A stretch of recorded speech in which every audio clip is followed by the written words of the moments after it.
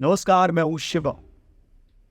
एक शेर है जिससे मैं शुरुआत करना चाहता हूँ कार्यक्रम की। शेर कुछ यूं है कि इतना सच बोल कि होठों का तबस्सुम न बुझे, रोशनी खत्म न कर आगे अंधेरा होगा। निदा फाजली का ये शेर है। इस वक्त जब चारों तरफ ईडी छापेमारी कर रही है भ्रष्टाचार मुक्त भारत बनाने के लिए और भ्रष्टाचारियों पर नकेल कसने के लिए, ऐसा किया जा रहा है, ऐसा सरकार कह रही है। लेकिन कुछ सच, कुछ राज ऐसे हैं जिस पर बात करना जरूरी है। आपने कई जुमले सुने होंगे, बहुत हुआ भ्रष्टाचार, अब की बार मोदी सरकार, न खाऊंगा न खाने दूंगा, न अपराध न भ्रष्टाचार, अब की बार भाजपा सरकार। सरीखे नारे भी आखिरकार जुमले निकले। 2014 में नरेंद्र मोदी के नेतृत्व में केंद्र में और 2017 में योगी आदित्यनाथ की अगुवाई में यूपी में बीजेपी इन्हीं जुमले साबित हो चुके नारों की बदौलत सत्ता में आई थी। पिछले दिनों यूपी के बलिया में मुख्यमंत्री सामूहिक विवाह योजना के अंतर्गत एक कार्यक्रम हुआ और इसमें भ्रष्टाचार का भंडाफोड़। इसकी तस्दीक आपको किस तरह से होगी, ये चौंकाने वाली बात है। एक दशक बाद फिर आम चुनाव माथे पर हैं और गैर भाजपा शासित राज्यों के मुख्यमंत्रियों के खिलाफ एक बार फिर से हर बार के चुनाव की तरह ईडी और सीबीआई ड्यूटी बजाना शुरू कर चुकी। विपक्षियों की माने तो देश में अघोषित आपातकाल सरीखे हालात हैं। तिरुवनंतपुरम से कांग्रेस के सांसद शशि थरूर ने जांच एजेंसियों द्वारा विपक्षी दलों के नेताओं को निशाना बनाए जाने पर सवाल उठाते हुए रविवार को कहा कि क्या इस देश में कोई और अपराधी नहीं है? क्या सारे अपराधी केवल विपक्ष में हैं? फिलहाल बलिया जिले का एक वीडियो बड़ा वायरल हो रहा है। बताया यह जा रहा है कि वहां 51,000 रुपए नकद और गिफ्ट के लिए बिना दूल्हे के ही सैकड़ों शादियां कर दी गई। कुछ युवकों को 2 से 3 हजार रुपए का लालच देकर नकली दूल्हा बनाने का भी आरोप है। अब तक इस मामले में समाज कल्याण विभाग के 2 अधिकारियों समेत 15 लोगों की गिरफ्तारी भी हो चुकी। इसको लेकर सपा प्रमुख और पूर्व मुख्यमंत्री अखिलेश यादव ने योगी सरकार को घेरा, निशाना साधा। उन्होंने कहा कि भाजपा की हर योजना भ्रष्टाचार करने के लिए ही बनती। भाजपा को भ्रष्टाचार से कितनी नफरत है, इसकी एक वानगी है आंध्र प्रदेश। साल 2012 में जब वाईएस जगन मोहन रेड्डी को कथित आय से अधिक संपत्ति के मामले में सीबीआई ने गिरफ्तार किया था तो राष्ट्रीय सुर्खियां बनी थी। लेकिन लगभग 12 सालों के बाद भी केंद्रीय एजेंसी द्वारा दर्ज 11 मामलों में से किसी में भी मुकदमा अब तक शुरू नहीं हुआ। अब वजह बताने की जरूरत क्या है? अंदर खाने की बात यह है कि आंध्र प्रदेश और ओडिशा में भाजपा की मित्र सरकार है, मगर आम चुनाव में भाजपा को खतरा इंडिया गठबंधन वाली पार्टियों से है। सो केंद्रीय जांच एजेंसियां लालू यादव, तेजस्वी यादव, हेमंत सोरेन, अरविंद केजरीवाल वगैरह वगैरह के पीछे हाथ धोकर पड़ी। कमोवेश ऐसे ही हालात हाल ही में हुए 5 राज्यों के विधानसभा चुनाव के दौरान भी थे। गहलोत से लेकर भूपेश बघेल तक जांच एजेंसियां सक्रिय हो गई। कांग्रेस महासचिव कुमारी शैलजा की माने तो एक ओर भाजपा सरकार देश में भ्रष्टाचार मुक्त शासन और प्रशासन देने का दम भर रही है, तो दूसरी ओर देश में भ्रष्टाचार कम होने के बजाय बढ़ रहा है। विश्व के 180 भ्रष्ट देशों की सूची में आज भारत 93वें पायदान पे है, जबकि 2015 में यह 76वें पायदान पे। सच तो यह है कि भाजपा सरकार के कार्यकाल में भ्रष्टाचार नासूर बनकर देश को खोखला करना है।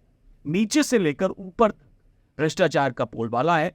भाजपा मेघालय में दूसरी बार कॉनराड संगमा के नेतृत्व वाली नेशनल पीपुल्स पार्टी यानी एनपीपी की सरकार में शामिल हुई है, लेकिन भाजपा के शीर्ष नेताओं समेत कई नेताओं ने पिछले साल फरवरी में राज्य विधानसभा के चुनाव से पहले संगमा को देश का सबसे भ्रष्ट मुख्यमंत्री करार दिया था। दिल्ली के मुख्यमंत्री अरविंद केजरीवाल ने सरकारी एजेंसियों के दुरुपयोग पर कहा कि बीजेपी में चले जाओ तो सारे खून माफ हो जाते, लेकिन मैं तो नहीं जाऊंगा बीजेपी में, मैं झुकने वाला नहीं हूं। मैंने कौन सा गलत काम किया है, ये अरविंद केजरीवाल के शब्द। इसी बीच बीजेपी के गोलीबाज विधायक और ठाणे जिले के कल्याण से चुने गए गणपत गायकवाड़ ने पुलिस हिरासत में रहते हुए एक बड़ा बयान दिया। गणपत गायकवाड़ ने कहा कि मैं महाराष्ट्र के मुख्यमंत्री शिंदे की वजह से अपराधी बना हूं, अब इस राज्य में अपराध बढ़ेंगे। गणपत गायकवाड़ ने पुलिस के सामने गोली चलाने की बात भी स्वीकार की। उन्होंने बताया कि उन्होंने घटना के दौरान पुलिस की मौजूदगी में उनके बेटे को पीटा जा रहा था, इससे वो उत्तेजित हो गए थे। दरअसल ठाणे जिले में भूमि विवाद को लेकर बीजेपी विधायक गणपत गायकवाड़ ने एकनाथ शिंदे की शिवसेना गुट के लोकल नेता को गोली मार दी। उनकी हालत नाजुक बनी। बीजेपी भ्रष्टाचार से आखिर कितना परहेज करती है, ये बड़ा यक्ष प्रश्न है। बेशक भ्रष्टाचार एक अहम मुद्दा है। अजीत पवार के बीजेपी गठबंधन में शामिल होने से कुछ दिन पहले प्रधानमंत्री मोदी ने सार्वजनिक रूप से एनसीपी के भ्रष्टाचार की आलोचना की थी। प्रवर्तन निदेशालय ने कथित तौर पर अजीत पवार की 1000 करोड़ रुपए की संपत्ति भी जब्त की। क्या इसने पवार के पाला बदलने के फैसले में कोई भूमिका निभाई हो? क्या ये संयोग है कि अपने शपथ ग्रहण समारोह में वो जिन लगभग आधे विधायकों को अपने साथ ले पहुंचे थे, उन सभी पर भ्रष्टाचार के आरोप लगे? और इसके बाद क्या हुआ? पहले अजीत पवार को भ्रष्ट बताने के बाद बीजेपी ने अब उन्हें उप मुख्यमंत्री बना दिया। अब यह माना जा रहा है कि भ्रष्टाचार के मामले सब भुला दिए जाएंगे। इसी तरह कई ऐसी मिसालें हैं। उदाहरण के लिए बीजेपी ने पश्चिम बंगाल के दल बदल को बढ़ावा दिया, जहां भ्रष्टाचार के आरोप वाले टीएमसी सदस्य तुरंत पार्टी छोड़कर चले गए। भाजपा में शामिल होते ही उन्हें टीएमसी के साथ रहने के दौरान किए गए किसी भी अपराध के तुरंत बरी कर दिया गया था। तो क्या भ्रष्टाचार के आरोप भाजपाई महज अपनी पार्टी के विस्तार के लिए लगाते हैं, या फिर चुनाव के जीत के लिए आम लोगों को बरगलाने के लिए लगाते हैं? विपक्ष का आरोप है कि कई नेताओं पर पहले सीबीआई और ईडी का एक्शन हुआ, लेकिन जैसे ही नेता बीजेपी में शामिल हुए उन पर कार्रवाई रोक दी गई। पिछले 10 साल में दर्जन भर से ज्यादा ऐसे नेताओं के नाम अब तक सामने आ चुके हैं जो बीजेपी की वॉशिंग मशीन में धुलकर बिल्कुल पाक साफ हो। एक वीडियो बहुत वायरल हुआ था जिसमें अमित शाह येदियुरप्पा को सबसे करप्ट सीएम बताते हैं।